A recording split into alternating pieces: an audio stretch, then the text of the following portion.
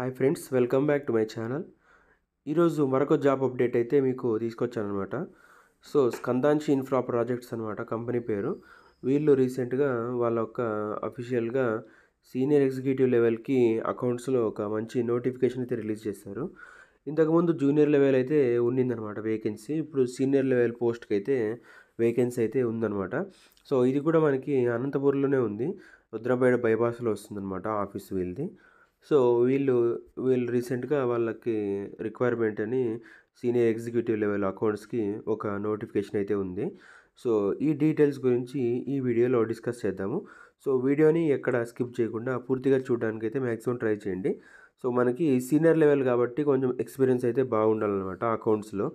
GST, taxation, తర్వాత ఎంట్రీసు, accounts receivable, payable, ఇవన్నీ experience అయితే చాలా ఉండాలన్నమాట.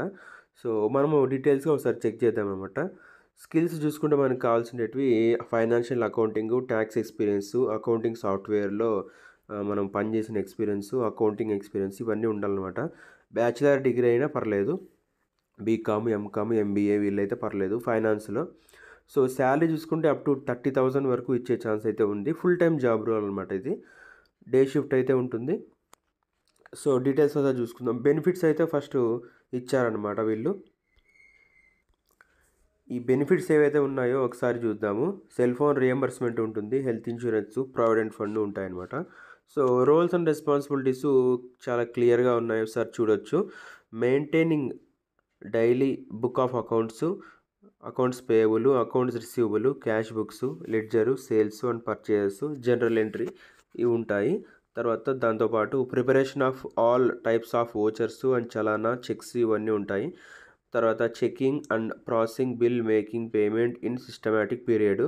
తర్వాత proper maintaining of all accounting records, bill filing, preparation of bank reconciliation and debtors, creditors reconciliation.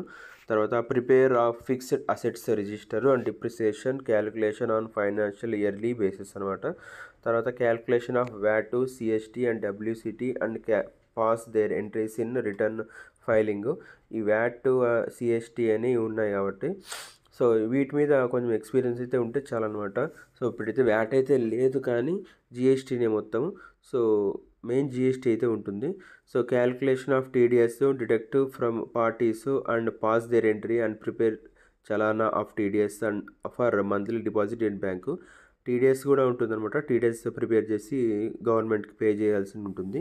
దాంట్లో కూడా ఎక్స్పీరియన్స్ ఉంటే చాలన్నమాట. తర్వాత preparation of TDS certificate form 16, 16A, 26A as on timely issue. So ఎంప్లాయీస్కి ఫామ్ 16 ఉంటుంది కాబట్టి, ఫామ్ 16, 26A ఉంటుంది కాబట్టి అవి కూడా ప్రిపేర్ చేయడానికి డేటా అంతా రెడీ చేసుకోవడము, దాన్ని ప్రిపేర్ చేయడము, అది కూడా ఎక్స్పీరియన్స్ అయితే ఉంటుంది కావాలి. తర్వాత calculation of service tax on various heads, its entry, preparation of challan of service tax for monthly, quarterly deposit in bank. తర్వాత preparation final settlement, salary sheet and employee benefits and deduction. So salary చేయడంలో కూడా experience అయితే ఉండాలి. Preparation of M I S, so M I S reports prepare చేయడంలో కూడా experience ఉండాలి. తర్వాత balance sheet preparation, accounting, conducting internal and statutory audits అనమాట. So accounting, preparation of accounts, తర్వాత బ్యాలెన్స్ షీట్ ప్రిపరేషను, తర్వాత ఇంటర్నల్ అండ్ స్టాట్యుటరీ ఆడిట్స్ అనమాట. సో ఆడిటింగ్ చేయడంలో కూడా కొంచెం ఎక్స్పీరియన్స్ అయితే ఉండాలి. ఇవన్నీ ప్రిపరేషన్ అయితే ఉంటుంది. ప్రిపరేషన్ అయితే కంపల్సరీ మన వర్క్ ఇవే ఉంటుందన్నమాట.